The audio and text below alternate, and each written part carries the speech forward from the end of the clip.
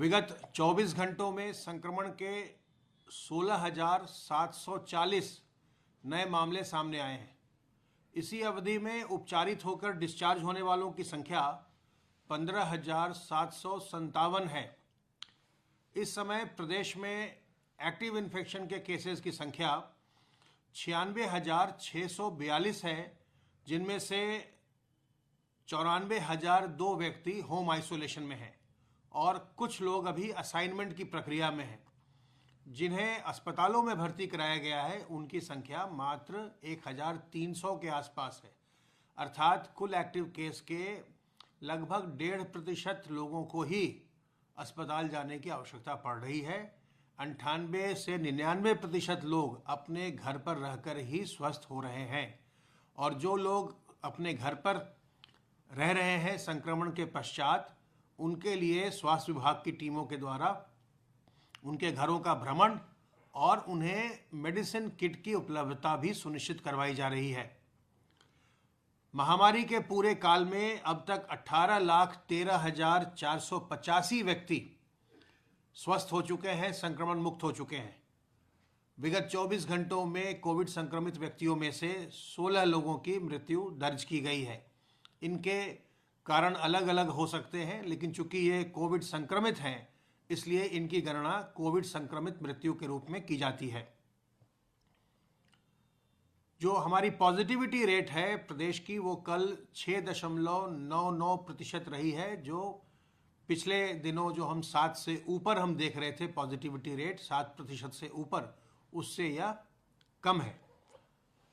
अभी हम लगातार देख रहे हैं कि एक ठहराव सा आया है और जो केसेस की संख्या है, जैसे शुरू में हम दिसंबर के दूसरे पक्ष में या जनवरी के पहले पक्ष में हम देख रहे थे कि बहुत तेज़ी से संख्या में वृद्धि हो रही थी, वो अब पिछले 5-6 दिन से नहीं हो रही है और एक ठहराव आया है।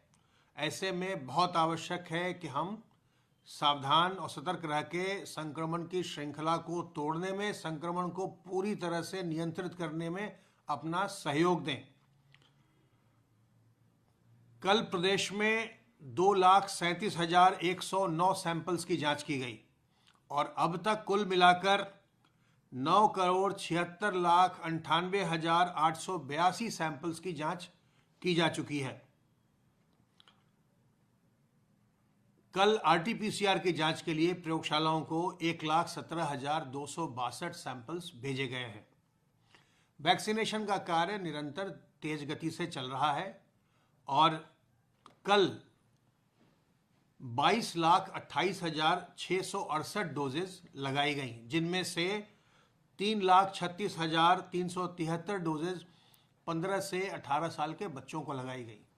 जब मैं 15 से 18 साल के बच्चों की बात करता हूं तो यहाँ यह दोहराना आवश्यक है कि जिन बच्चों की उम्र अभी 15 साल पूरी नहीं भी हुई है, लेकिन अगर उनका जन्म 31 दिसंबर 2007 या उसके पहले हुआ है तो वो अपना वैक्सीनेशन करवा सकते हैं, वो वैक्सीनेशन के लिए पात्र हैं।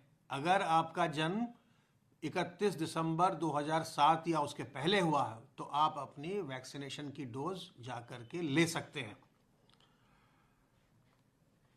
18 साल से अधिक आयु वर्ग के लोगों में अब तक हम 14,29,87,142 लोगों को वैक्सीन की पहली डोज लगा चुके हैं, जो कुल अनुमानित संख्या का लगभग 97% है और इनमें से 9,42,33,071 लोगों को हम वैक्सीन की दूसरी डोज भी दे चुके हैं, जो कुल अनुमानित संख्या का 63.92% है। 15 से 18 साल के बच्चों की अगर हम बात करें तो अब तक 74,59,772 बच्चे अपनी वैक्सीन की पहली डोज ले चुके हैं, जो उनकी कुल अनुमानित संख्या का 53.23% होता है। जहाँ तक प्रिकॉशन डोज की बात है, अब तक 7,11,288 व्यक्ति अपनी प्रिकॉशन डोज ले चुके हैं। प्रिकॉशन डोज जो हमारे हेल्थ केयर वर्कर्स हैं, फ्रंटलाइन वर्कर्स हैं और जो हमारे 60 साल से अधिक आयु के कोमॉर्बिड लोग हैं, जिन्हें पहले से कोई बीमारी है, वो अपने डॉक्टर की सलाह पर प्रिकॉशन डोज ले सकते हैं। एक जो डायरेक्शन, एक जो गाइडेंस भारत सरकार से प्राप्त हुआ है वो ये है कि जो लोग अपनी प्रिकॉशन डोज ले रहे हैं या लेने वाले हैं, अगर उन्हें हाल में कोविड का संक्रमण हुआ है तो जब वो स्वस्थ हो जाते हैं उसके 3 महीने के बाद ही उनको अपनी प्रिकॉशन डोज लेनी चाहिए। अगर आप अभी अभी कोविड से उठे हैं तो आपको तत्काल जा करके अपनी प्रिकॉशन डोज नहीं लेनी चाहिए, बल्कि 3 महीने का इंतज़ार करना चाहिए और उसके बाद ही आप अपनी प्रिकॉशन डोज लें। दूसरी महत्वपूर्ण बात यह है कि उत्तर प्रदेश एवं अन्य राज्यों में जहां चुनाव हो रहा है वहां के जो पोलिंग में लगे कर्मचारी हैं, चुनाव के कार्य में लगे कर्मचारी हैं, उनको भी फ्रंट लाइन वर्कर माना गया है और वो भी प्रिकॉशन डोज के लिए पात्र है। इस संबंध में भारत सरकार से ये गाइडेंस आया है कि जो लोग पोलिंग की ड्यूटी करने जा रहे हैं, चुनाव में ड्यूटी करने जा रहे हैं, उनके अगर दूसरी डोज के बाद 3 महीने की अवधि बीत चुकी है तो वो भी 90 दिन के बाद वो भी अपनी प्रिकॉशन डोज ले सकते हैं।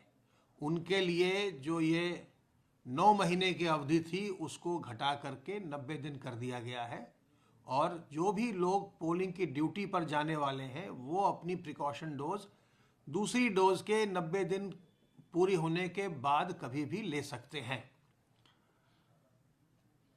तो टीकाकरण जरूर करवाइए और टीकाकरण करवाने का ही असर हमने ये देखा है इस बार कि हालांकि इन्फेक्शन के केसेस बहुत आ रहे हैं लेकिन लोगों में किसी प्रकार की जटिलता या गंभीरता नहीं के बराबर दिखाई पड़ रही है और लोगों को अस्पताल जाने की ज़रूरत भी नहीं पड़ रही है। ऐसा तभी हो पाया है जब आप लोगों ने अपना टीकाकरण करवाया है।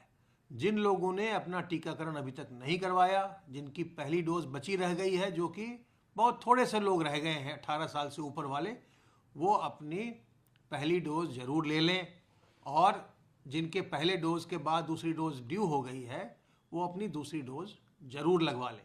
टीकाकरण जो है वो आपको सुरक्षा कवच देता है, आपके प्राणों की रक्षा करता है।